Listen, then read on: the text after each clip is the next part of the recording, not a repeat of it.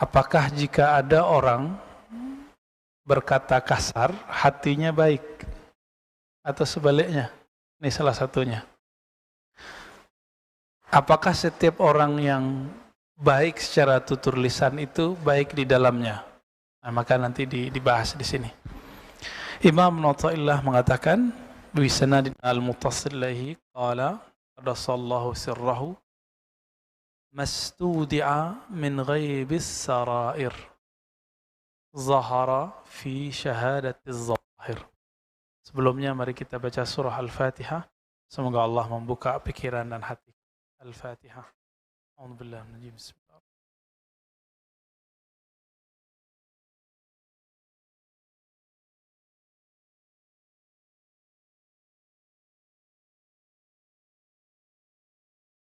Mastudi'a ghaibis sarair.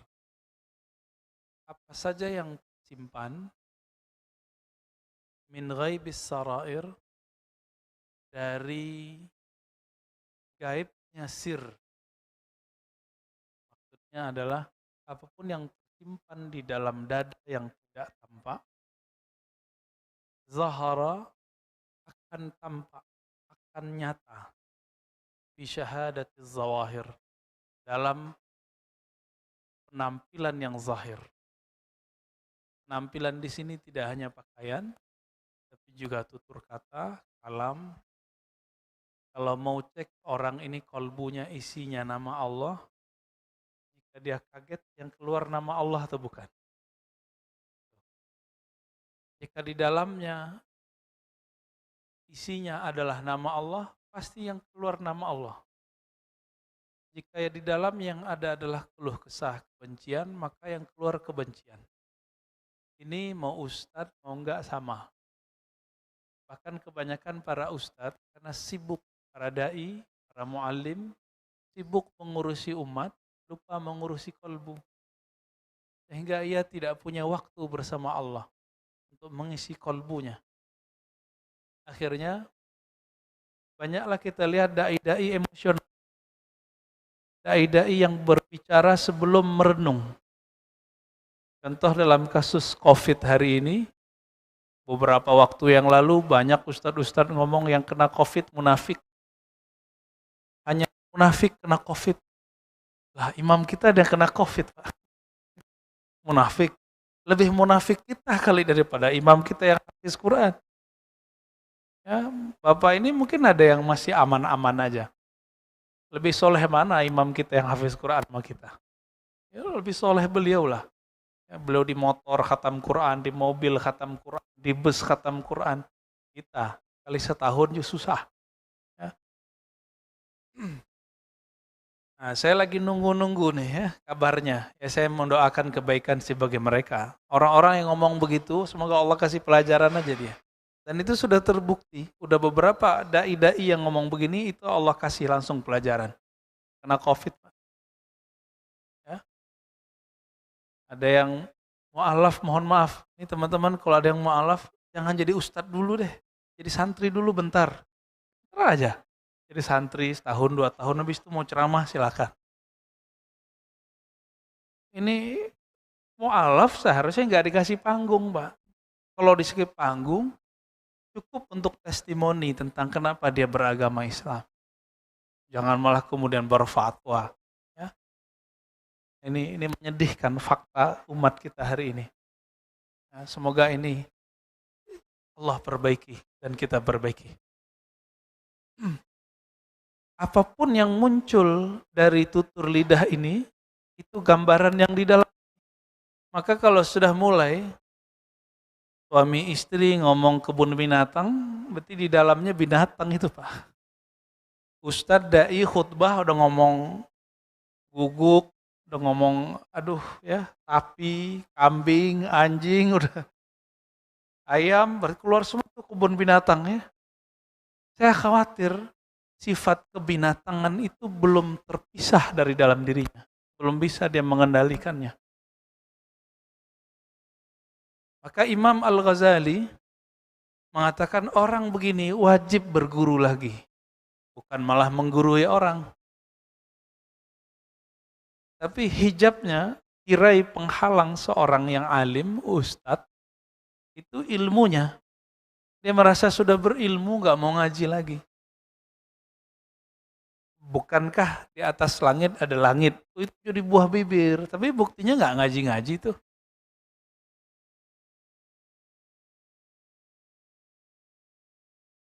Kita sedih nih ulama banyak meninggal, habaib banyak diambil nyawanya oleh Allah. Benar nggak? Buktinya apa? Mau nggak ngaji? Wah sedih nih, dia ini nangis-nangis, ulama meninggal. Kazib, bohong. Kalau betul kita sedih ulama meninggal, kita kemudian sadar, kita jemput ilmunya. Ilmu itu kan disimpannya di kolbu, bukan di buku, Pak. Bapak punya buku 1000, tapi kalau nggak punya kolbu, no, ya kosong semua. Maka kita ketemu orang mandang kolbunya atau mandang penampilannya. Banyak orang berpenampilan seperti kiai, tapi ternyata belum dalamnya. Tapi jangan suuzon dulu, mungkin orang ini lagi belajar menjaga diri. Wah, mungkin dengan itu dia cara menjaga dirinya. Wah, udah gaya kiai aja nih. Belum tentu, emang gaya kiai itu apa sih? Saya banyak ketemu kiai, gayanya nggak gaya kiai. Berarti emang nggak ada sebenarnya penampilan kiai yang khusus tuh nggak ada. Yang ada adalah kolbu yang khusus pada seorang kiai. Seorang ulama, seorang habib, seorang syekh.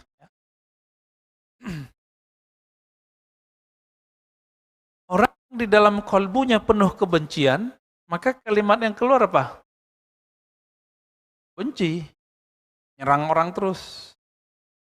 Nah, masih ingat sebelumnya kita sudah membagi karakter manusia. Ada karakter binatang ternak. Maka kalau ngomong isinya syahwat, duit, makan, males, udah gitu aja isinya. Kalau dia, males berarti ini karakter binatang ternaknya masih kuat. Disebut karakter bahimiyah. Ya. Ini Imam Ghazali nulis di kitab Kimia Us-Sa'adah, beliau menyebutkan ini membuat orang males. Sering ngeluh, ya? Ada orang sering ngeluh, ngeliat berita apa ngeluh, ngelihat apa aja ngeluh. Ini karakter ini, hati-hati. Sedangkan yang kedua, karakter yang mana? Masih ingat? Karakter binatang buas. Nah, binatang buas ini mau cari kesalahan orang terus, ingin menguasai orang terus. Ini kelihatan dari diksi-diksi kalimatnya. Kalau dia seorang suami istri, pengennya menguasai pasangannya, pengennya menghardik pasangannya, pengen nyari kesalahan di keluarga, jadi di rumah itu nggak ada yang nyaman. Jadi kenapa di rumah kita sering tengkar misalnya, itu karena karakter ini masih dipelihara. Kalau dia seorang guru, seorang mu'alim, seorang ustadz, maka mimbar-mimbar jadi kotor, Pak. Mimbar-mimbar jadi kotor. Cuma karena beda politik, kalimat sesat keluar. Kalimat-kalimat kafir keluar. Nah, hati-hati ini. Ini kita sudah melalui di tahun-tahun sebelumnya. Semoga tahun ke depan nggak terjadi lagi itu. Berapa banyak kantor-kantor di zaman-zaman pemilu kada sebelumnya, ya, masjidnya itu betul-betul bikin sakit telinga, Pak. Sampai beberapa sahabat saya udah nggak mau lagi Jumatan. Kenapa nggak mau Jumatan, kita tanya. Ya, bikin dosa, Ustaz. Apa yang terjadi? Oh, ternyata masjid, mimbarnya sudah menjadi ajang orang menyampaikan luapan emosinya. Nah, ini menyedihkan. Ya.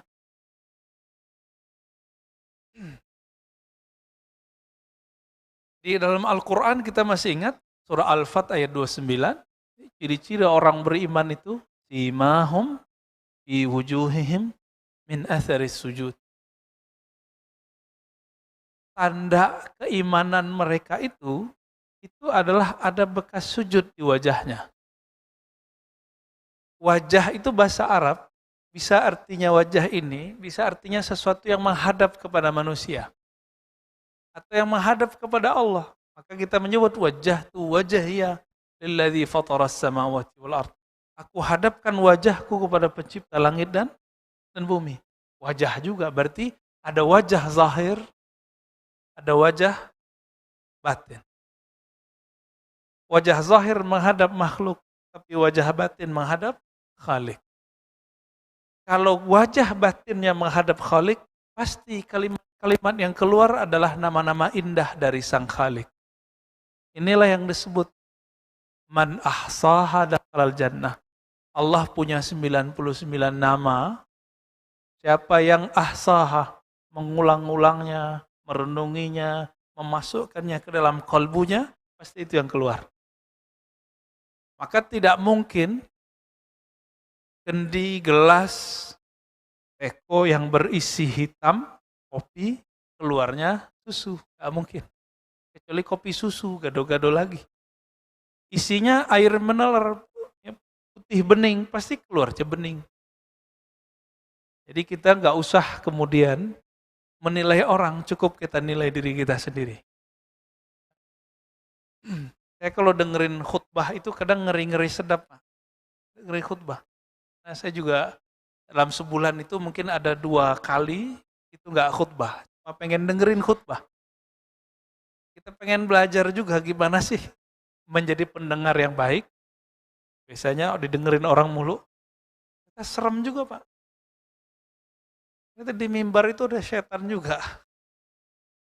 Setan popularitas, Pak, di sini. Ada setan apa lagi? Setan pengen dihargai. Makanya beberapa khotib itu marah-marah di mimbar, ngelihat jamaahnya tidur. Jadi dia nggak usah marah ya. Kadang-kadang orang merem, dia denger, kan bisa begitu. Kenapa dia tidak berhusnuzon kepada orang, berbaik sangka? Nah, penyakit orang hari ini suka berburuk sangka. Nah, berburuk sangka itu sifat dari yang ketiga, Pak, setan. Nah, karakter ini banyak pada kita. Jadi kita nggak usah bermusuhan sama setan dulu, bermusuhan sama diri dulu. Inna a'da'ika mabanyana janbaik. Imam At-Tabari ketika menyebutkan bekas sujud ada di wajah mereka, sujud di situ artinya kerendahan hati. Betul kalau orang dia kuat sujudnya, jidatnya hitam, itu juga masuk. Tapi jidat hitam itu zahirnya, batinnya apa? Ada ketundukan di dalam hatinya. Sujud intinya apa? Ketundukan atau sekedar kepala kita ke bawah? Ketundukan. Maka bapak-bapak yang Allah kasih jidatnya hitam harus lebih tunduk dari kita-kita yang jidatnya nggak hitam. Ya, itu amanahnya berat tuh. Ya. Kadang-kadang setan itu ngomong, waduh jidatmu hitam nih, kamu ahli sujud nih, hati-hati. Kita baca aja ta'awuz, a'udzubillah minasyaitonirrajim. Kadang-kadang nggak lewat jidat, Pak, lewat kopiah. Kadang lewat baju, kadang lewat sarung, kadang lewat serban. Tergantung setannya mau masuk dari mana. Karena setan mengalir dalam semua pembuluh darah kita. Jadi nggak ada yang selamat, Pak, di sini. Jadi kita mau gimana aja jadi wali Allah, tetap masuk tuh setannya. Hanya satu yang tidak bisa diakses oleh syaitan. Qalbu. Nah, saya sudah pernah sebutkan sebelumnya, Imam Suhrawardi mengatakan dalam kitab Awariful Ma'arif, syaitan, iblis itu meminta izin kepada Allah, ya Allah izinkan aku untuk bisa masuk kepada qalbu manusia. Akses was-was qalbu manusia. Apa kata Allah? Tidak boleh, ya, tidak diizinkan. Kenapa? Qalbu itu hanya tempat nama Allah. Di sini kelihatan, Pak, iblis itu dari dulu pengen ngambil kekuasaan Allah gitu. Kenapa iblis itu jadi iblis? Karena dia ingin menjadi sekutunya Allah. Maka Allah kasih tahu, kamu hanya dapat izin masuk melalui pembuluh darah hambaku. Gak boleh masuk ke kolbu. Kolbu itu raja. Jadi iblis itu karena keinginannya menyaingi Allah, maka dia terlaknat di sisi Allah Subhanahu wa Ta'ala. Tapi coba dilihat di sini, iblis bisa ngomong kepada Allah nggak? Berarti iblis itu secara kasyaf, penyingkapan rohani, itu dia bisa bertemu Allah. Maka tidak jaminan orang yang dibukakan kolbunya, pikirannya alam gaib, lalu dia jadi benar. Itu sebabnya ilmu-ilmu kebatinan tidak selalu membuat orang dapat hidayah. Kenapa? Kadang-kadang kemampuan dia mengakses alam gaib itu membuat dia tambah sombong. Nah, sekarang agak menyeramkan ini. Di YouTube itu banyak sekali sekarang konten-konten yang berisi kebatinan. Akhirnya semua orang bisa mengakses. Ya, ke depan lihat aja Pak, bahkan banyak orang aneh-aneh nanti ngomong aneh aja ya. Jadi Imam At-Tabari menyebutkan selain bermakna bekas hitam di wajah, maka bekas sujud itu artinya adalah cahaya sujud. Apa itu cahaya sujud? Cahaya ketundukan. Nah, maka ciri-ciri orang yang punya pribadi sujud, dia suka ngalah. Ngalah itu bukan berarti kalah, sepakat nggak? Nabi berapa kali ngalah? Ngalah dari orang Taif. Akhirnya anak-anak orang Taif jadi mukmin semua. Yang kedua, ngalah dari orang kampungnya, Makkah. Akhirnya orang Mekah menjadi Muslim semua. Kapan Nabi ngalah dari orang Mekah? 2 kali. Pertama saat beliau keluar. Ngalah itu. Gak mau polemik. Yang kedua, tahun ke-6 Hijriah. Udah nyampe di gerbang Mekah, diusir. Kira-kira gimana Pak? Kita banyak nih, rame nih. Kita hancurkan Mekah bisa? Umar mengatakan, ya Rasulullah, apakah agama kita benar? Apakah engkau benar-benar Rasul? Kok ngalah gitu? Jadi dalam pikiran Sayyidina Umar, benar itu mesti menang. Sedangkan dalam targetnya Nabi, menang itu belum tentu benar. Ya, gimana yang harus cari? Cari kemenangan dengan cara yang benar. Ternyata itu tahun ke-6, baru terbuka 2 tahun lagi. Tahun ke-8 tidak banyak, boleh dikatakan tidak ada pertumpahan darah, kecuali yang melanggar perjanjian. Menang, benar. Itu Nabi. Maka kadang-kadang orang-orang, ya mohon maaf, anak-anak muda, itu kalau berjuang, punya harokah itu nggak sabaran. Maunya berontak aja ya. Nah ini kolbunya belum dirawat sebenarnya. Nah, kita dulu juga begitu. Nah apa kata beliau? Setiap orang yang menyimpan nama Allah di kolbunya, maka pasti keindahan nama itu keluar. Fa'af'alul jawarih tabi'atun li ahwalil qulub. Maka keadaan zahir itu adalah buah dari kebeningan kolbu, ahwalnya kolbu. Jadi kolbunya bening, amalnya bening. Kolbunya tunduk, orangnya suka sujud. Kolbunya tawadu, orangnya suka ruku. Kolbunya terisi dengan nama-nama yang bagus, kata-kata yang indah, maka yang keluar kata-kata yang indah. Kolbunya isinya Rasulullah, sahabat Rasulullah, cinta Rasulullah, maka kita senang kajian-kajiannya. Tadi Habib siapa? Asik nggak dengarnya?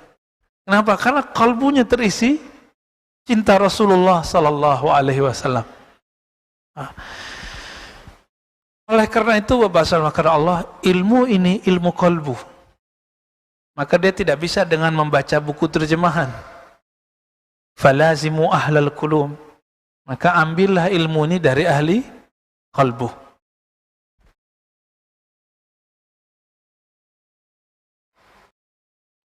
Apa kata beliau di sini?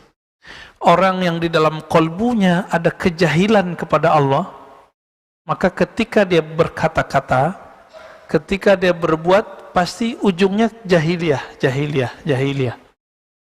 Nah, tapi jika di dalamnya mengenal Allah, maka orang itu sudah punya arah. Siapa yang punya arah dalam hidup? Orang yang mengenal Allah. Kita mau ngapain sih? Ya. Perjuangan kita mau ngapain? Ya mohon maaf pengurus masjid, ini ngurus masjid buat apa? Mau gagah-gagahan, mau khidmah kepada Allah, atau mau apa? Orang yang konflik di satu yayasan, satu pesantren, sama Pak. Jadi konflik seperti yang ada di satu masjid, itu di pesantren juga terjadi. Pesantren ustadz enggak semua. Ustadz semua, kejadian di mana-mana tanya cuma pesantren. Dan itu sudah lumrah. Maka beliau katakan, ya di kalimat sebelumnya kan ada. La tastaghrib wuqu'ul aqdar manumta fi hadhihi dar. Kenapa dunia ini begini? Udah masjid aja masih polemik, ya yayasan pesantren aja masih polemik, majelis zikir polemik. Bahkan majelis para syekh sufi yang katanya hatinya penuh dengan nama Allah, wiridan, zikir berjamaah, itu ada konflik. Konflik internal ada. Kenapa? Setan itu kan tinggi ilmunya. Setan itu ribuan tahun zikrullah, Pak. Maka kalau orang membanggakan zikirnya, itu lewat sama setan. Jangan cukup zikir untuk ngelawan setan. Harus ada ma'rifatullah, mengenal Allah. Kalau enggak mengenal Allah, lewat sama iblis. Nah, dan ma'rifatullah itu, mengenal Allah itu basicnya satu, akidah syariat. Maka setiap ilmu mengenal Allah yang bertentangan dengan syariat pasti batal. Tapi banyak orang yang ilmunya zahir-zahir doang, nggak mau masuk ke bagian ma'rifat ini. Pikiran kita, makanannya adalah berpikir. Berpikir mengatakan iya tidak, masa sih gitu. Badan ini makanannya yang zahir, minumannya ya ini. Kalau kalbu, makanannya apa? Nama Allah. Maka harus dilatih semua, harus dikasih Pak. Ya mohon maaf, mau dia kiai, mau dia ustadz, kalau nggak punya waktu bersama Allah setiap hari, kalbunya pasti tertawan oleh dirinya sendiri. Nggak perlu setan, diri sendiri. Kita kan merasakan pada diri kita sendiri. Tertawan oleh dirinya.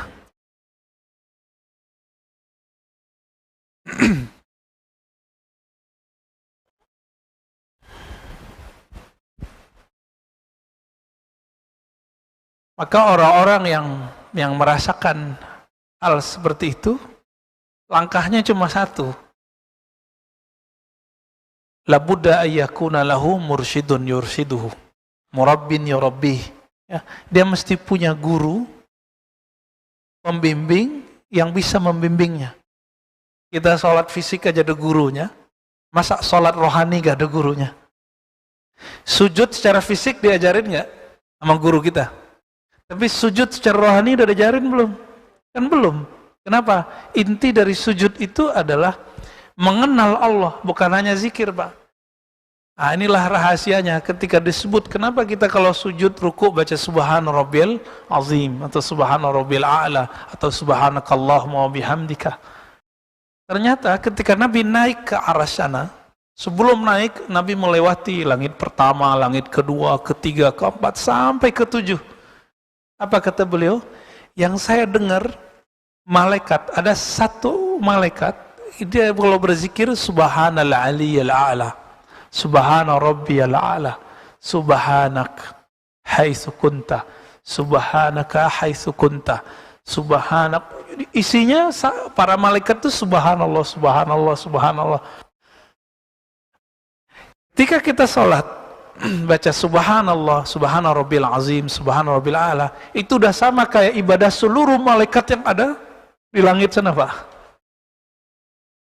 Syaratnya satu, mengenal yang kita sebut, yaitu Allah Subhanahu wa ta'ala.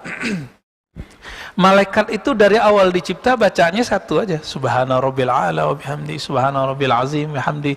Apa? Jadi malaikat A subhana rabbil a'la, malaikat B subhana rabbil azim, malaikat ini subhana rabbil azim wa bihamdi. Semakin banyak zikirnya, semakin mulia malaikat itu. Nanti akan semakin banyak sayapnya. Apa kata Rasulullah ketika aku naik, dalam hadis Imam Tabrani, hadisnya Hasan, naik ke langit, Allah mi'rajkan, aku melihat ada seorang malaikat Jika dia ingin menembus langit dan bumi sekejap, maka dia akan menembusnya. Jika dia ingin menutup langit dan bumi sekejap, dia akan menutupnya. Lalu aku berkata, zikir yang aku dengar darinya adalah Subhanaka haitsu kunta. Apa terjemahannya itu? Maha suci, maha hebat engkau ya Allah, sehebat menurutmu, bukan menurutku. Inilah makna subhanallah. Allah maha suci, tidak perlu kita sucikan. Maka kesuciannya Allah, karena dialah yang suci. Maksudnya, kok dibolak-balik gitu ya. Allah itu suci bukan karena kita baca subhanallah. Gitu. Tanpa kita baca subhanallah, Allah sudah suci belum? Maka kalimat ini bukan untuk mensucikan Allah, tapi untuk menyatakan, aku betul-betul meyakini ya Allah, engkau maha suci. Itu maknanya. Jadi tolong diluruskan. Tasbih-tasbih kita selama ini bukan kita sedang membersihkan Allah. Allah nggak butuh. Allah nggak butuh, Pak. Yang perlu dibersihkan kalbu ini dengan nama Allah itu. Jadi mulailah sholat, lalu mengilmui apa yang dibaca dalam sholat. Nggak mesti menerjemah, Pak. Kalau menerjemah nanti Bapak capek. Mengilmu yang dibaca, ini yang kita sebut bermakrifat. Makrifat kan artinya berilmu, knowledge, berpengetahuan. Ada malaikat yang memikul arash. Apa zikirnya? Allahu Akbar, Subhanallah, Alhamdulillah, La ilaha illallah. Ini malaikat pemikul arash. Itulah sebabnya Nabi SAW mengatakan, ya, ini kalimat diambil oleh Nabi dua. Subhanallah walhamdulillah, kalimatani khafifatani alal lisan. Sangat ringan dua kalimat ini bagi lisan, tapi habibatani ilar rahman. Tapi Allah yang maha rahman, yang menguasai aras, yang menguasai langit dan bumi, yang menguasai semua kalbu manusia, sangat mencintainya. Maka ciri-ciri orang yang dicintai Allah, buah bibirnya subhanallah, alhamdulillah, subhanallah, alhamdulillah. Mudah toh jadi kekasih Allah. Tinggal mau ngamalin aja, Pak. Mau nggak ngamalin ini? Berarti kita sudah bahkan melewati fase-fasenya malaikat. Apa untungnya jadi manusia? Bapak Ibu ini dulu mungkin pernah kalau diperdengarkan cerita malaikat, ingin jadi malaikat aja deh. Jangan. Malaikat itu beribadah karena dia dibuat seperti itu. Kalau bahasa Arabnya majburan, dipaksa begitu. Sedangkan manusia beribadah ikhtiaran, karena dia memilih. Kan di Quran jelas, faman syaa'a falyu'min wa man syaa'a falyakfur. Kalian silakan pilih, yang beriman silakan, yang kufur silakan. Jadi Allah kasih pilihan. Kita milih yang mana, Pak? Alhamdulillah pagi ini Allah bantu kita memilih yang taat. Alhamdulillah. Nanti habis salat syuruk itu, Pak, subhanallah, alhamdulillah, Allah akbar, la ilaha illallah, 100-100. Bisa nggak ngamalin tuh? Jadi zikir kita nggak usah tinggi-tinggi. Zikir kita begini-gini. Kecuali sudah belajar zikir khusus, ada namanya zikir kolbu. Nah, tambahan lagi tuh, Pak, nanti zikirnya lebih berkualitas rasanya.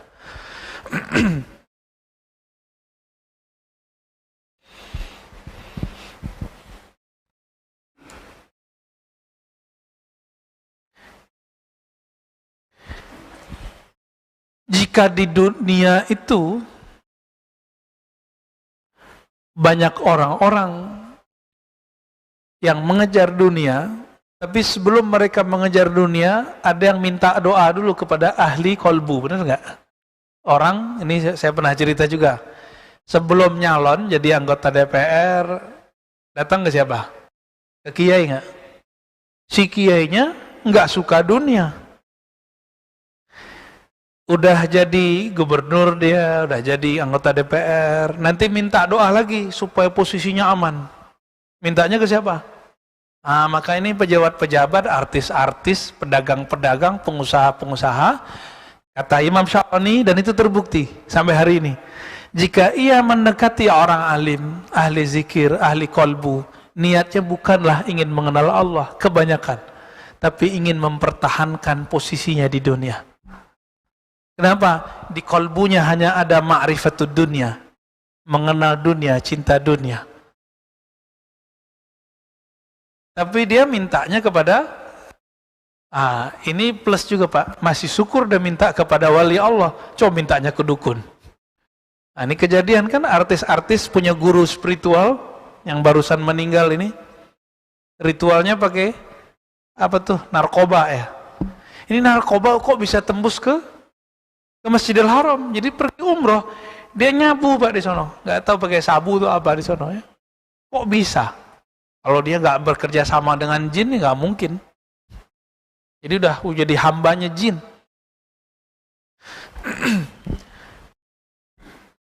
Di antara orang alim, kenapa ada orang alim yang berkarisma? Kita lihat. Ini karismanya grade-nya A, yang ini grade-nya B, ini C. Kita berasa begitu. Kenapa Pak? Karena kemuliaan seorang alim tergantung ilmu yang disimpan di kolbunya. Ahli fikih, kemuliaannya di ilmu fikih, ilmu zahir, yang tampak-tampak. Maka ilmu yang tidak tampak, dia nggak bisa bahas. Jadi ahli fikih itu nggak akan bisa membahas sholat khusyuk. Kalau dia bahas sholat khusyuk, kita ketawa. Atau malah nyusahin orang. Ciri-ciri ahli fikih kalau bahas sholat khusyuk apa? Caranya cuma satu, memahami yang dibaca. Ya repot, kalau yang nggak kuliah, nggak nyantri kan repot Pak. Kuliah agama atau santri di pesantren. Ini bapak-bapak ini akan kelimpungan. Di sini dulu ada kursus bahasa Arab. Hasilnya apa? Ya. Kita bertahun-tahun ngaji Pak. Banyak yang nggak jadi di pesantren. Tanya teman-teman kita yang tamat pesantren. 6 tahun, 7 tahun di pesantren, pas kuliah hilang. 6 tahun di pesantren, dagang hilang, jadi PNS hilang. Kok bisa begitu? Ya begitulah ilmu. Ilmu kalau nggak diasah, nggak ada asa, pergi deh. Ada ahli kolbu. Ahli kolbu ini bertingkat-tingkat juga. Ada yang kolbunya bisa mengenal nama Allah, nama doang. Orang ini sudah spesial. Kalau dia doa, dia tahu cara manggil nama Allah. Ini bapak ini, kalau saya panggil, hoi, sini, mau nggak datang? Pasti nggak mau datang. Ya, ada seorang tamu saya datang ke tempat pusat kajian kita di Ciputat. Dia udah ngerasa sesuatu ya. Datang ke saya, terus tasnya di belakang. Dia trek-trekin orang belakang, sini, tas gua. Ya orang bingung, kamu manggil siapa? Sebanyak itu orang di dalam. Nggak ada yang mau ngambilin, akhirnya dia ngambil sendiri tasnya. Kenapa? Karena nggak memanggil dengan nama. Itu baru makhluk, apalagi Allah. Allah itu mengatakannya, walillahil asma'ul husna. Allah punya nama-nama yang indah. Nah, maka ada rumus Pak, silakan dijadikan kaidah dalam diri kita. Apa kaidahnya? Pengenalanmu kepada Allah dimulai dari pengenalanmu dengan nama Allah. Nah, seberapa banyak nama Allah kita kenal, sebanyak itulah pengenalan kita kepada Allah. Ini level 1 Pak. Orang di sini udah jadi kekasih Allah udah wali Allah orang begini. Jadi dia tahu nama Allah. Maka jika dia berdoa, dia memanggil, itu bukan dengan lisannya dia memanggil, tapi dengan kolbunya. Kenapa? Karena Allah hanya memandang kolbu, tidak pernah memandang lisan. Innallaha yanzuru ila qulubikum.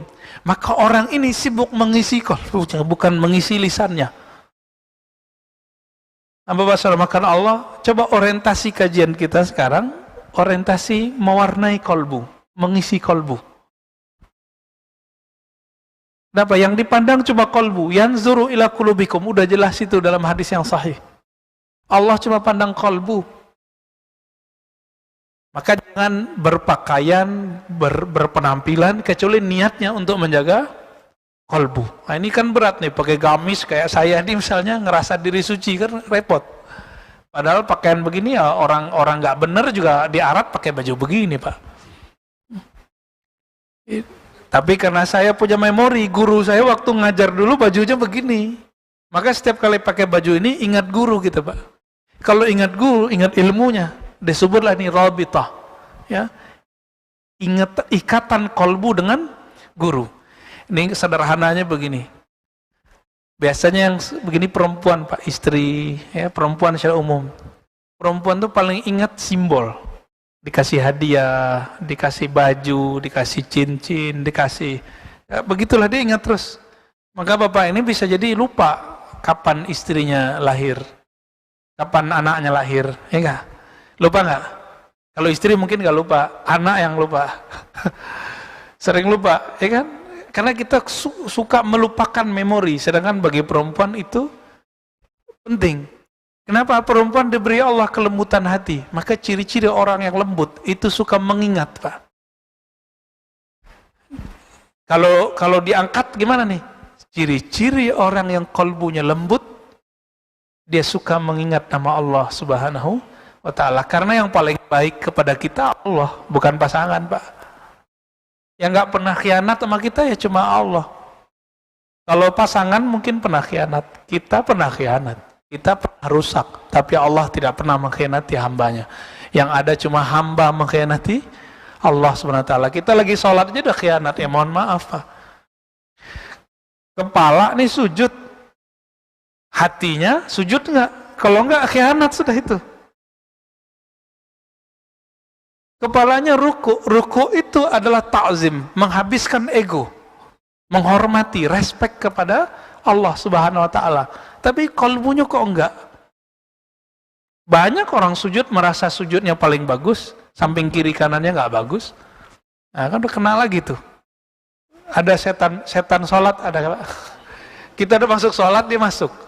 Nah, ciri-cirinya satu, kita suka mengingat yang bukan berkaitan dengan Allah. Ketemulah di hadis Nabi bahwa ternyata setan itu berbicara ketika kita sholat. Uzkur kaza, kamu ingatlah ini. Kamu ingat gak ini? Ingat gak ini? Maka tiba-tiba kau imamnya udah ruku gitu kan? Kejadian gak? Ya tapi dan udah nyampe di sini, alhamdulillah lah ya. Alhamdulillah. Ada orang yang menyimpan di kalbunya bukan hanya sekedar nama-nama Allah, tapi dia menyimpan kenangan tentang sifat-sifat Allah. Nah, ini kalbunya naik lagi nih. Orang ini, jadi jika ada dua kiai beradu doa, satu ingin memenangkan A, satu ingin memenangkan B. Yang menang yang mana, Pak? Kalbunya.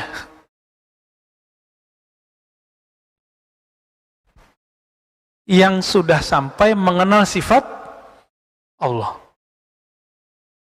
Jadi satu kali dulu, waktu pemilu-pemilu dulu, seorang kiai saya ngomong, ini kita ini rame di dunia nih, gerakan dunia kita sudah bagus nih, tapi kita sepi naik ke langit. Maksud beliau adalah, kita ini rame, kawar-kawar di WA, mendukung fulan, tapi jarang yang menembus langit ketika berdoa. Maksudnya gimana? Backup wali-wali yang mengenal Allah dengan nama dan sifatnya kurang banyak. Sehingga kalah. Dan itu sering terjadi, Pak. Sering terjadi, ya.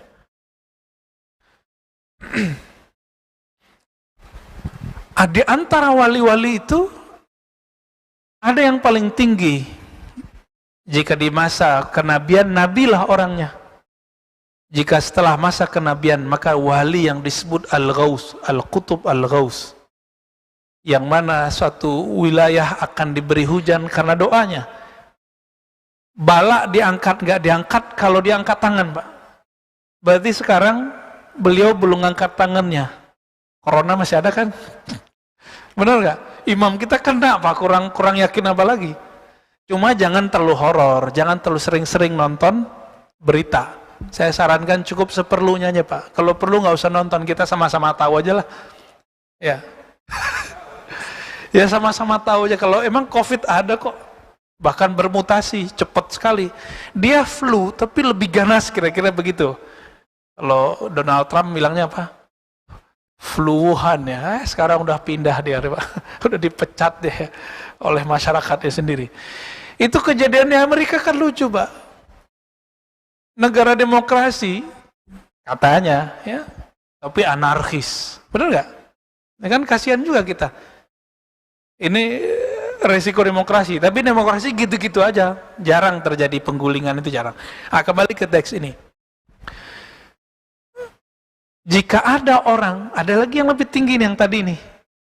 Di masanya dia mengenal rahasia zat Allah Subhanahu wa taala, maka orang inilah nabi di zamannya. Kalau hidup di zaman kita masih ada nabi nggak? Nggak ada nabi. Maka kita sering kasih tahu, Nabi Isa kalau turun nanti, walaupun beliau seorang nabi, tapi pangkat itu nggak berlaku. Beliau nabi, iya, tapi pangkat itu nggak berlaku. Bahkan beliau nanti bertugas menutup kewalian umat Nabi Muhammad. Betapa canggih dan mulianya umat kita. Penutup kewaliannya adalah seorang nabi, yaitu Nabi Isa alaihissalatu wassalam. Ini kolbu-kolbu para nabi dan wali-wali yang agung itu isinya adalah mengenal zat Allah Subhanahu wa taala. Yang kalau mengenal ini gak bisa dibahasakan dengan bahasa yang mudah. Salah ngomong dikit bisa zindik, Pak. Ya. Di antara mereka ini, jika beradu nih Pak, kiai yang mengenal asma, kiai yang mengenal sifat, kiai yang mengenal zat.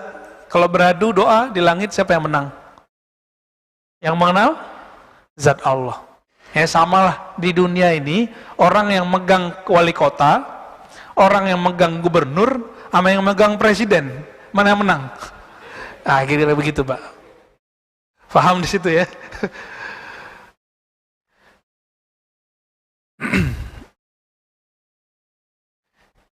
Jika demikian, maka perbendaharaan rahasia yang paling utama yang tersimpan di kolbu apa? Mengenal dunia atau mengenal Allah? Mengenal Allah pastinya. Ya. Di antara kita nih, mungkin Bapak ini ada yang doktor, ada yang MA, ada yang direktur tadinya, ada yang ini dan itu, ada yang kaya, tajir, tapi bisa jadi imam nggak? Kenapa? Nggak bisa, karena di kolbunya tidak ada Al-Quran 30 juz. Yang maju ke depan yang 30 juz. Karena kolbunya ini membuat beliau Allah tempatkan di depan. Kira-kira seperti itu ya. Mau atasan tetap aja ya di belakang, mohon maaf bokongnya imam. Benar gak Pak Mirwan? Kenapa? Karena beliau punya Al-Quran. Al-Quran itu kalam Allah. Nah inilah maknanya. Jadi orang itu mulia sebanyak apa aset-aset Allah ada dalam dirinya. Gitu. Yang membuat dia bisa berkoneksi dengan Allah Subhanahu wa ta'ala. Sebanyak itulah, setinggi itulah kemuliaannya di sisi Allah Subhanahu wa ta'ala. Sampai jam berapa Pak?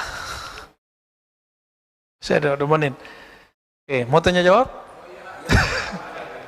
Waduh, belum nambah hikam nih Pak, baru satu.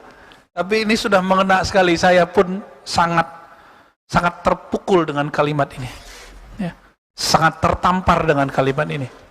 Ya, karena hari-hari kita lebih banyak sibuk dengan selain Allah daripada dengan Allah. Ya, ngeceknya pas sholat aja Pak. Kalau sholat udah mulai nggak nikmat, wah berarti saya udah ngerasa kebanyakan ngapain nih, nonton Joe Biden nih kayaknya. Ya, baik. Silakan Bapak sudah makan Allah, ikhwan fillah, jika ada yang mau disisikan, ditanyakan, tafadhal. Ya, silakan Pak. Bismillahirrahmanirrahim. Assalamualaikum warahmatullahi wabarakatuh. Assalamualaikum. Terkait dengan 2 poin yang tadi Ustadz sampaikan, karakter binatang buas di mana selalu mencari kesalahan dan seterusnya. Tapi di sisi lain, kita yang laki ini juga ada kewajiban untuk menjaga keluarga dari api neraka. Di mana dalam proses itu pasti ada amar ma'ruf nahi mungkar. Yang anak masuk kamar mandi pakai kaki kanan lah, yang mungkin minum dengan tangan kiri lah, dan seterusnya. Di mana kita Di sisi lain juga dituntut untuk nyelimet. Nyelimet dalam artian kalau ketemu item A ya kita perbaiki, kalau ketemu item B kesalahannya kita perbaiki dan seterusnya juga. Apakah itu masuk karakter apa di mana threshold kita nih? Di mana batasannya antara mencari kesalahan dan memperbaiki yang nyelimet-nyelimet itu yang notabene juga bisa terjadi banyak. Apalagi kalau misalnya anak, maaf kata nih bagi orang-orang tua yang menyokal anaknya di sekolah umum ataupun mungkin sampai sekolah Katolik, nauzubillah, ya itu di mana hal tersebut tidak ditempa di sekolahnya. Beda dengan sekolah-sekolah yang Islam terpadu mungkin kesalahannya lebih sedikit kesehariannya. Itu item pertama. Itu pertanyaan saya yang pertama. Terus yang pertanyaan saya yang kedua terkait juga dengan threshold atau batasan. Tadi Ustadz bilang jangan menilai orang. Tapi di sisi lain Rasulullah juga bersabda kepada kita untuk memilih teman. Memilih teman pasti ada penilaian, peninjauan, dan penilikan. Kita harus tahu karakternya seperti apa, keseharian dia seperti apa, barulah kita ujung-ujungnya juga menilai dalam tanda kutip, yang akhirnya memutuskan kita berkawan atau tidak dengan beliau itu. Jadi balik ke sana, sampai di mana nih threshold kita? Terima kasih. Assalamualaikum warahmatullahi wabarakatuh. Assalamualaikum. Apa batasannya? Kita sedang menegakkan amar ma'ruf nahi mungkar di keluarga dulu ya, atau di komunitas kita, dengan justru mencari kesalahan orang atau menghakimi orang. Apa bedanya? Coba lihat Rasulullah SAW di keluarganya beliau ketika terjadi sebuah konflik. Itu cara beliau meluruskan bukan dengan kalam, tapi dengan ahwal. Ahwal itu keadaan. Jadi namanya lisanul hal. Orang tuh mandang bukan lisan kita, tapi yang dipandang apa? Apa yang kita tumbuhkan dari dalam diri ini. Contohnya nih anak. Anak tuh gak butuh banyak teori, Pak. Anak tuh cuma butuh contoh. Ternyata sifat-sifat kekanakan itu gak bisa hilang dari dalam diri kita. Jadi childish itu gak bisa hilang. Maka Bapak ini jujur aja, senang didongengin, diceritain, atau senang baca sendiri? Ceritain aja kan? Sama anak-anak tuh begitu. Jadi gak usah banyak teori sama anak. Jadi anak itu tidak pernah memandang kalam kita. Yang dia pandang cuma perbuatan. Nabi pernah berkata kepada para sahabat, kalian ini seperti anak-anakku, aku seperti orang tua kalian. Kalam ini terbukti, Pak. Di musim haji, Nabi SAW nyuruh para sahabat gak putus wudhu. Gak ada yang dengar. Selevel Nabi loh, Pak. Maka kalau ada Bapak sini ustadz, guru, pengurus masjid kurang didengar jamaah, jangan baper dulu. Nabi pernah kejadian begitu. Lalu apa yang dilakukan Nabi? Nabi masuk ke tenda beliau, wajah beliau agak sedih. Lalu bertanyalah istrinya, wahai Rasulullah, apa gerangan yang terjadi? Dijawab oleh Nabi, aku ajak para sahabatku, tapi mereka nggak ada yang mau. Apa kata istri beliau?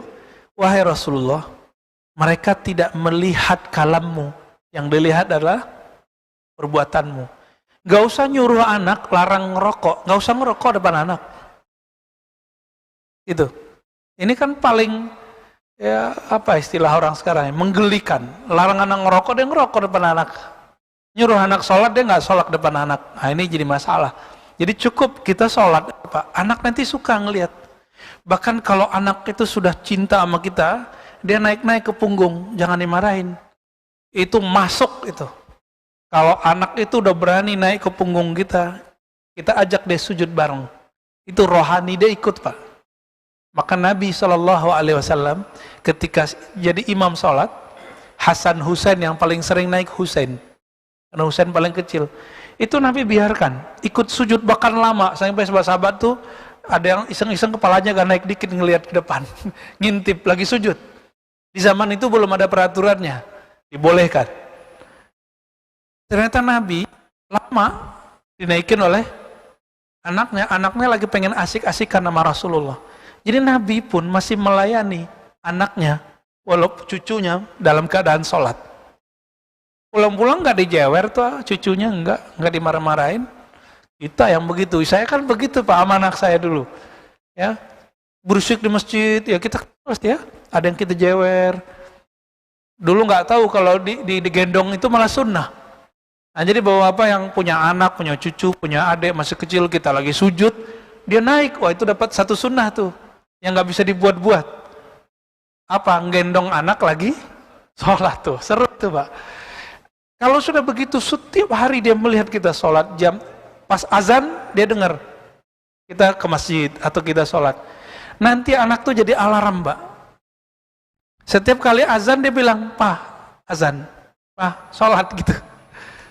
Jadi anak cuma ngelihat ahwal, bukan melihat lisan. Maka guidance untuk anak adalah berikan contoh yang banyak. Nah, lalu kalau ingin mengajar anak, tidak boleh pakai doktrin. Anak itu cuma perlu diberikan cerita. Maka Bapak harus baca buku cerita-cerita masa lalu, cerita-cerita keagamaan, nanti tuh masuk tuh ke anak tuh. Nanti dia akan merindukan kalau kita pulang, nanti diceritain bapaknya. Itu anak saya, kan ikut nih sekarang. Itu senang kalau ceritain Imam Mahdi, Nabi Khidir, Nabi Isa, Nabi Muhammad. Itu girangnya bukan main. Nabi Muhammad naik ke langit, Nabi Muhammad berjuang, melawan musuh, Nabi Muhammad ngajar orang. Di akhir zaman nanti turun Imam Mahdi berhadapan-hadapan dengan Dajjal. Itu senangnya bukan main diceritain. Dan itu masuk Pak, nggak perlu kita pakai teori macam-macam. Ya. Jadi caranya amar ma'ruf itu bahasa Arab. Ma'ruf artinya sesuatu yang pantas untuk orang yang kita ajak. Itu arti ma'ruf. Ma'ruf juga berarti sesuatu yang dikenal oleh orang itu. Jadi kita mau ngajak sesuatu bukan hal yang baru bagi dia. Tapi hal itu dia tahu kalau ini baik. Bagaimana mungkin kita ngajak dia sholat kalau kita nggak nyontohin dari kecil?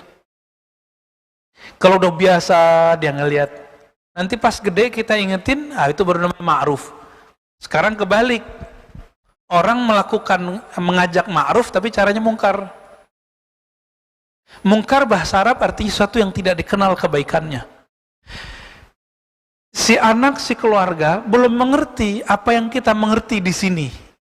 Apalagi mazhab bapak sebagian, kalau perempuan istri nggak boleh sholat di rumah, misalnya begitu. Akhirnya kita ngaji, dia nggak ngaji. Syukur-syukur dia masih ngaji online. Syukur-syukur ngaji online-nya benar kan? Sekarang ngaji online juga banyak yang nggak benar Pak.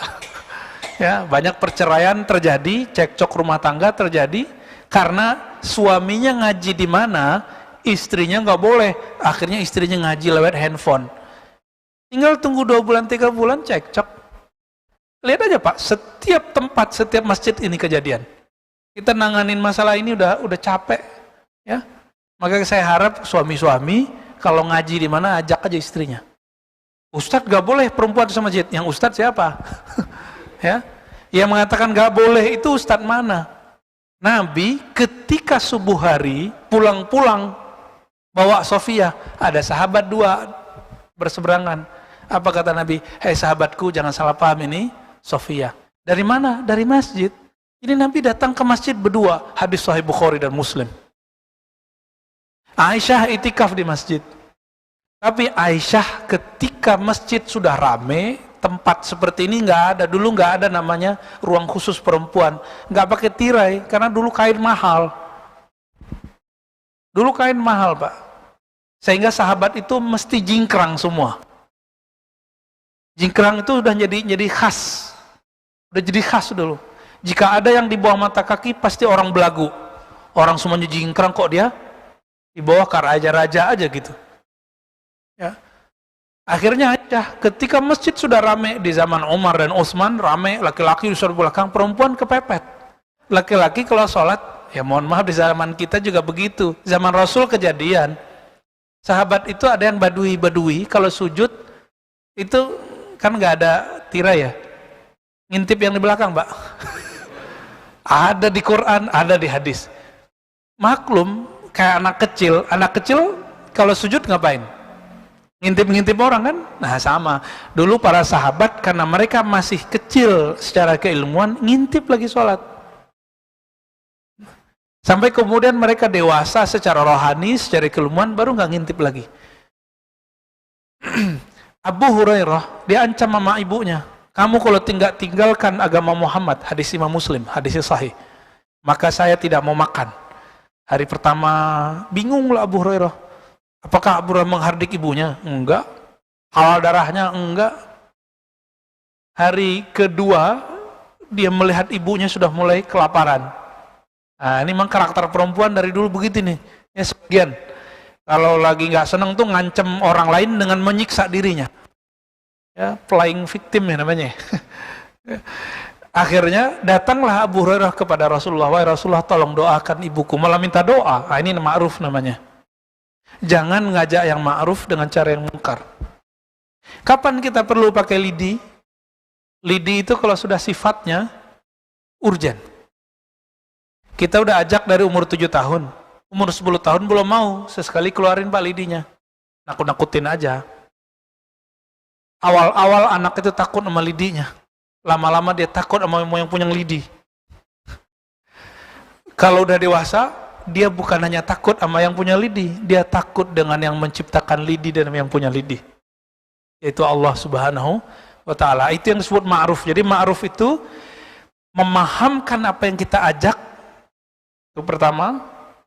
Yang kedua, menghantarkan dia kepada pemahaman itu secara bertahap. Nah, ini yang disebut ma'ruf. Kalau sudah melalui tahapan ini, lalu anak itu melanggar, keluarga kita melanggar, baru kita nahi mungkar. Jangan kebalik-balik. Ini satu paket, nggak boleh dipisah-pisah. Jadi amar ma'ruf nahi mungkar nggak boleh dipisah-pisah. Baik. Yang kedua tadi tentang, saya lupa Pak, menilai orang. Nabi kan bersabda, al-mar'u ala dini khalilih. Seseorang itu karakternya tergantung karakter komunitasnya. Maka kita perlu melihat karakter mana yang mau kita ambil. Jadi melihat orang, ini pantas nggak jadi teman atau tidak pantas. Bukan untuk menilai dia, bukan untuk menjudge dia, tapi kita untuk menjaga diri. Itu boleh Pak. Ini yang dikatakan oleh Sayyidina Ali. Ya, hati-hati terhadap musuhmu cukup sekali, tapi hati-hati terhadap temanmu berkali-kali. Karena teman itu paling gampang untuk jeblos kita. Bapak nggak ngerokok nih misalnya. Nanti kalau punya teman yang ngerokok, ada aja cara masuknya. Walaupun hukum merokok diperdebatkan ya. Jadi kita memandang orang, perbedaannya karakter reptil. Kalau sekarang kita nyebut karakter reptil. Otak reptil kan ada di sini ada. Itu kalau mandang orang itu musuh, Pak. Mandang orang itu keburukannya. Lalu dia hindari. Bedanya apa manusia? Manusia kalau memandang orang lain, kalau muncul misalnya karakter buruk pada orang itu dia amalkan hadis Nabi, al-mar'u al-mu'min mir'atul li akhihi. Seorang mukmin cerminan bagi saudaranya. Imam Sya'rani mengatakan, jika kita melihat keburukan pada orang, lalu kita nggak suka, maka coba bercermin, kalau saya bersifat itu, pasti orang nggak senang juga. Nah, itu maksudnya. Jadi semua dipulangkan ke kita, bukan untuk menjudge dia. Nah, ini perbedaan cara pikir ahli hukum dengan ahli kolbu. Ahli hukum kalau ngelihat orang untuk ngejudge dia, Pak. Tapi kalau ahli kolbu melihat orang, nanti dipulangkan ke dirinya. Kalau saya jangan begitulah, gitu. Ya. Oke, silakan. Entah. Terima kasih. Assalamualaikum warahmatullahi wabarakatuh. Assalamualaikum warahmatullahi wabarakatuh. Ini agak berkaitan juga dengan pertanyaan tersebut, tapi ingin lebih jelas. Jadi dalam kita membimbing generasi berikutnya begitu, anak atau cucu lebih jelas lagi, kita terutama anak, sudah dari kecil kita yang mendekati, memelihara dan segala macam, dan ya seperti katakan tadi, banyak mulut yang ngomong dan perbuatan juga kita sudah apakan, dan rasanya dia sudah tahulah begitu. Namun ya sebagai manusia kita merasa belum puas juga perbuatan daripada si anak tersebut seperti yang kita kehendaki. Jadi kita memaksakan supaya sesuai dengan kemauan kita, itu tidak baik kan. Nah, di sini bagaimana kita harus mensikapinya. Dan kemudian pertanyaan saya yang kedua, sekarang ini kalau kita dengar banyak bahwa umur dunia ini sudah hampir habis, sudah nggak lama lagi begitu. Sedangkan kita harus punya rencana juga bagaimana sekian tahun yang akan, sekian puluh, sekian ratus tahun yang akan datang dan segala macam. Tetapi kalau kita dengar penyampaian, apalagi kejadian-kejadian, wah ini entah besok entah lusa sudah nggak ada lagi. Jadi ini menimbulkan kekhawatiran dalam hati. Apa gunanya kita memotivasi orang untuk berencana tinggi-tinggi sekian puluh tahun, untuk yang 10 tahun akan datang, sekian ratus tahun yang akan datang, sedangkan besok sudah tidak ada. Jadi bagaimana kita menetralisir dan harusnya mensikapi keadaan-keadaan ini, dan supaya kita hendaknya bisa menjadi contoh juga untuk supaya sama-sama berharap kepada ketentuan Allah. Terima kasih. Assalamualaikum. Yang kedua aja Pak ya, yang pertama udah kejawab tadi ya. Kajian akhir zaman maksudnya ya. Kajian akhir zaman kok aku bikin cemas. Emang tujuannya itu Pak. Jadi kajian akhir zaman itu supaya kita waspada, biar nanti kalau kejadian nggak kaget. Jadi kajian akhir zaman itu salah satu sunnah Nabi. Nabi itu pernah bercerita tentang akhir zaman, dimulai dari ya sampai zuhur nggak berhenti, asar lanjut lagi, terus maghrib lanjut lagi, sampai besok terus. Sampai 2 hari 2 malam. 2 hari 2 malam, nggak berhenti-berhenti. Itu Nabi cerita akhir zaman aja kerjaannya. Sehingga sahabat itu ada perasaan ketakutan. Cuma kan beliau bersama Nabi, apa kata Nabi? Ana hajijun alaikum. Ya, kalau nanti Dajjal keluar, saya yang akan jadi hujah kalian, yang melawan mereka. Maka nggak usah khawatir, nanti kan ada pewaris Nabi, namanya Al-Mahdi. Allah itu adil Pak, bahkan rahmatnya lebih banyak daripada keadilannya. Kalau kita minta keadilan Allah, wah kita masuk neraka semua. Sholat kita nggak ada yang khusyuk, ya, ilmu kita nggak ada yang mumpuni, ikhlas kita dipertanyakan semua. Karena Allah itu berbicara selalu dengan rahmatnya, maka Bismillahirrahmanirrahim lebih banyak. Nggak usah khawatir Pak nanti. Itu sengaja, kan tugasnya Nabi basyiran wa nazira. Basyiran wa nazira. Memberi kabar gembira, memberi kabar menakutkan. Dua-duanya harus dipakai oleh Rasulullah biar kalbunya kuat. Ntar kalau cuma cerita-cerita keindahan doang, surga-surga doang, ya nggak ada shocknya Pak. Cerita surga juga Nabi beragam. Nabi cerita surga ada ke berbagai macam sahabat. Akhirnya sekarang disalahfahami itu cerita Nabi. Apa kata Rasulullah? Orang kalau berjihad fisabilillah meninggal, wafat, maka Allah nikahkan dia dengan 72 bidadari. Bidadari itu maksudnya apa? Istri toh, pasangan. Isinya apa berarti? Kan seksual, syahwat. Apakah itu surga yang mau kita cari?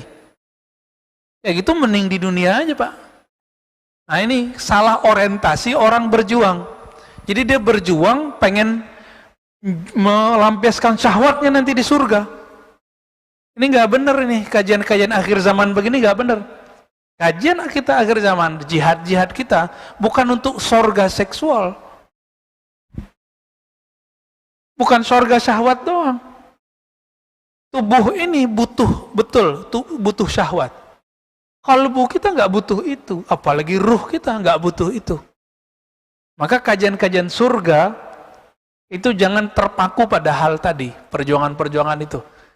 Ya namanya nanti akhir zaman, betul Pak, cuma kapan waktunya kita kan nggak tahu. Jangan berpikir 100 tahun lagi, kelamaan. Anggap aja besok, anggap aja setahun lagi, 2 tahun lagi, kita kan nggak tahu. Kita nggak pernah tahu Pak masa depan. Itu sebabnya dalam kitab Risalah Kusyairiyah disebutkan, orang yang kenal Allah itu waktihi, dia nggak pusing mikirin masa depan, penting dia siap nggak hari ini untuk masa depan. Ilmu apa yang bisa membuat orang siap di masa depan? Hanya ilmu mengenal Allah, nggak ada lagi. Nggak ada lagi Pak, hanya ilmu mengenal Allah. Maka nanti bisa dibayangkan, Konstantinopel itu ditaklukkan itu dengan cara takbir. Dajjal itu keluar, dia bilang hujan, hujan. Dia bilang gak hujan, gak hujan. Bisa Pak ngelawannya pakai panah?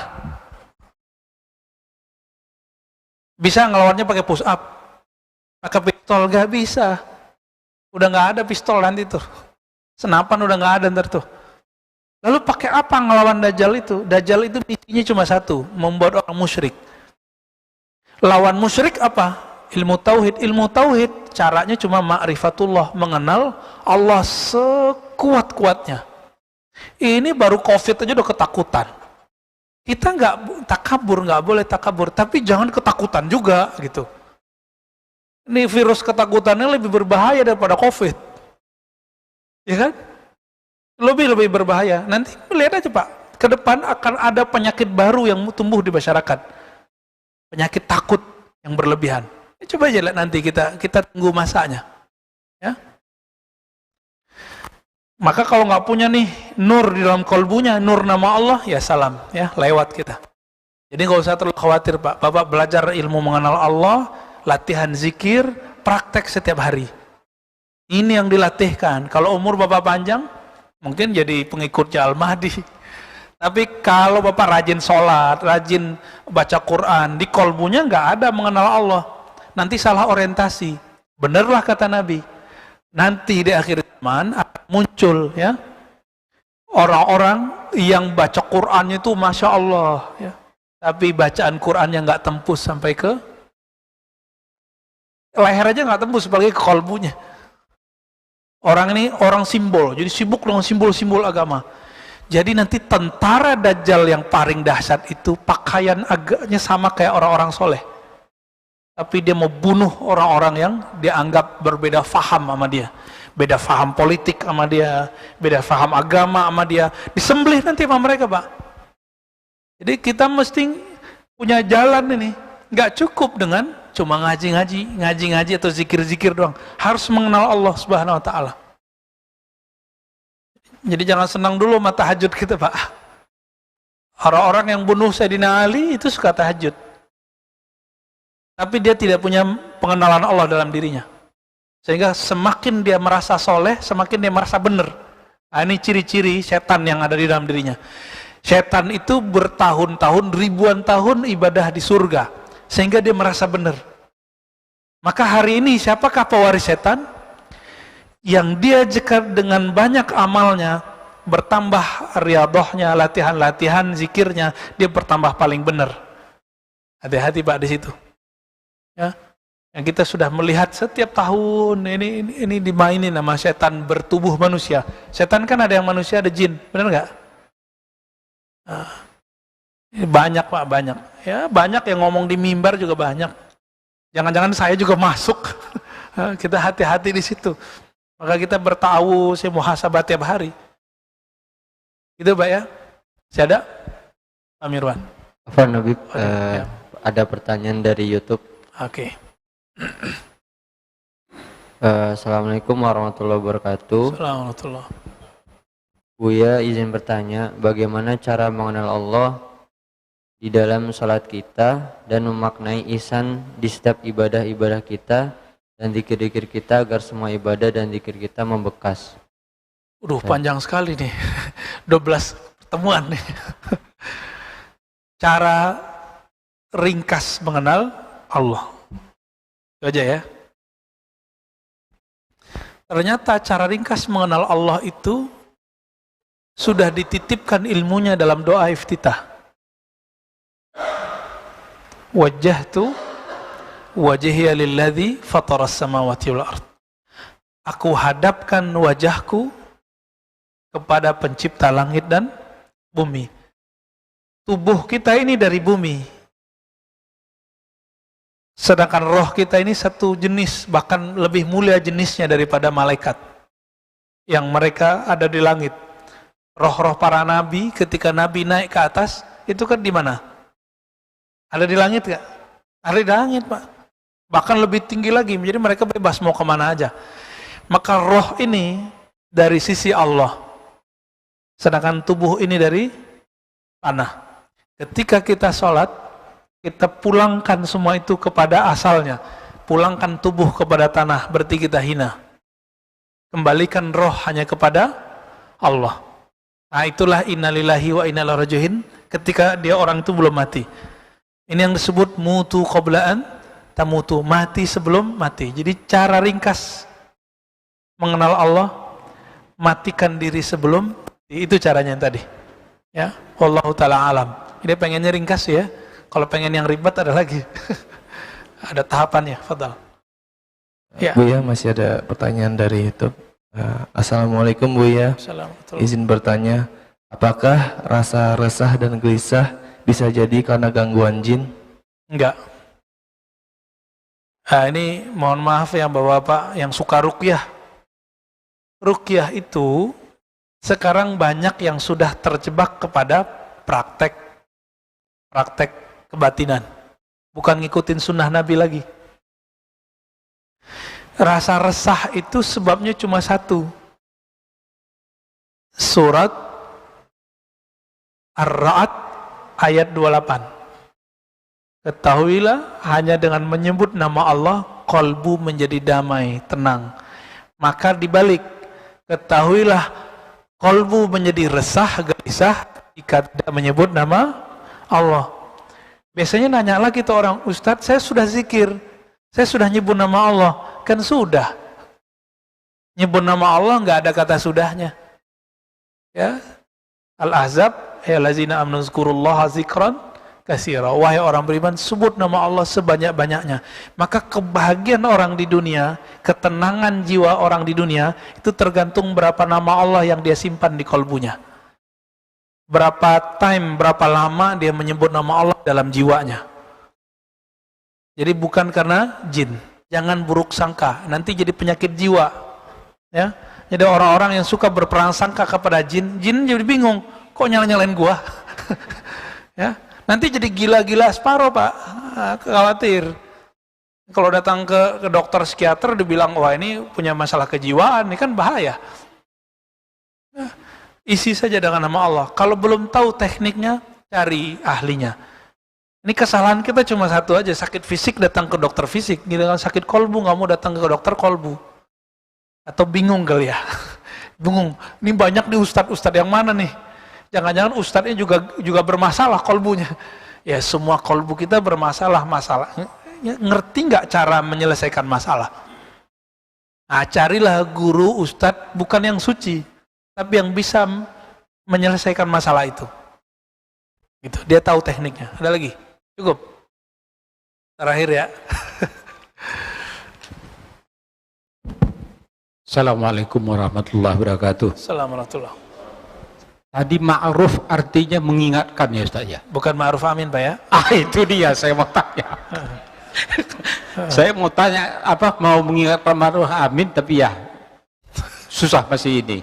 Ya. Pertanyaan saya begini Ustaz, tadi dikatakan kan banyak. Kalau orang atau calon-calon minta doa kepada ulama supaya dia jadi gubernur, jadi bupati atau apapun namanya. Berdosa enggak ulama ini untuk mendoakan orang ini? Karena dia tahu ini bukan untuk kebaikan, untuk mendapatkan sesuatu dari orang itu. Demikian. Assalamualaikum warahmatullahi wabarakatuh. Namanya ulama, tentu dia lebih mengerti dari kita. Itu rumus pertama. Barangkali hal yang menurut kita buruk, tapi dia melihat ada sisi baiknya. Saya masih ingat dulu almarhum Kiai Hashim Muzadi ya, salah satu kiai yang menurut kita sangat karismatik, dicintai semua golongan ya. Beliau dulu membersamai Megawati, masih ingat? Ditanya orang kan diprotes. Anda kan kiai NU pula, kok malah membersamai partai yang lambangnya merah-merah begini nih? Jawaban beliau apa? Kalau saya tidak membersamai Bu Megawati, maka yang membersamainya orang selain saya yang dia punya agenda lain yang berbeda dengan agenda kita. Pikir-pikir orang ya juga ya. Jangan-jangan begitu Pak. Jadi main-main sandiwaraan ini memang dahsyat. Nabi itu sandiwara, pura-pura bukan Nabi kan 40 tahun. Nabi sandiwara aja itu Pak. Kan beliau sudah ngerti dari kecil bahwa beliau Nabi. Ya sandiwara jadi tukang ternak, jadi pedagang, itu sandiwara Rasulullah. Maka hari ini wali-wali itu juga bersandiwara, Pak. Dia ada maksud. Maka rumus pertama Bapak pegang. Namanya ulama yang mengenal Allah, dia lebih tahu rahasianya dibandingkan kita. Dan yang kedua, dosa nggak? Kalau ulama pasti tahu dia cara doa. Kalau yang minta ini orangnya bakal nggak benar, pasti doanya ya Allah luruskan orang ini. Kalau nggak usah deh naikin gitu. Pasti doanya begitu, Pak. Atau seperti ulama di Al-Azhar, Syekhul Azhar dan ulama Hayatul Kibar, itu mereka ketika ada ini maju, dilihatlah mana yang paling sedikit mudaratnya. Maka itu yang didoakan beliau. Itu sebabnya kita bingung juga nih, Mursi naik pakai demokrasi, tapi diturunkan. Ternyata di tengah jalan, menurut ulama Al-Azhar sudah ada orientasi yang berubah, yaitu kan ijtihad mereka. Kita nggak paham juga sampai sekarang. Sampai sekarang kan itu orang-orang bertanya, apa nih sebabnya? Oh ternyata ada rahasianya, Pak. Ada rahasianya yang kita mungkin nggak susah nerimanya, apalagi kita simpatisan misalnya. Paling itu Pak, husnuzon aja sama mereka. Husnuzon sama mereka. Cukup Pak ya. Saya tutup dengan kalimat hikmah tadi. Apapun yang tersimpan di dalam kolbu, maka itulah yang akan terlahirkan dalam lisan, dalam perbuatan. Mari kita isi kolbu kita dengan nama-nama Allah. Mari kita isi kolbu kita dengan cinta Rasulullah sallallahu alaihi wasallam. Subhanakallahumma wa bihamdika asyhadu an la ilaha illa anta astaghfiruka wa atubu ilaik. Allahumma ya Rahman Rahim, ya Ghaffar ya Ghafur, ya Allah yang Maha memandang kolbu kami. Pandanglah kolbu kami dengan keridaan-Mu ya Allah. Penuhilah kolbu ini dengan nama-Mu yang indah ya Allah. Penuhilah kolbu ini dengan keyakinan kepada-Mu ya Allah. Dan hidupkan kami dengan keridhaan-Mu ya Allah. Wafatkan kami dengan cinta-Mu ya Allah. Masukkan kami ke alam barzakh. Bangkitkan kami, tembuskan kami masuk ke surga-Mu dengan ridha-Mu, dengan cinta-Mu. Jangan Engkau pandang kami dengan keadilan-Mu ya Allah. Pandanglah kami dengan rasa mahabbah dan rahmat-Mu. Rabbana atina fid dunya hasanah wa fil akhirati hasanah wa qina adzabannar. Wa sallallahu ala nabiyyina Muhammad walhamdulillahi rabbil alamin. Assalamualaikum warahmatullahi wabarakatuh.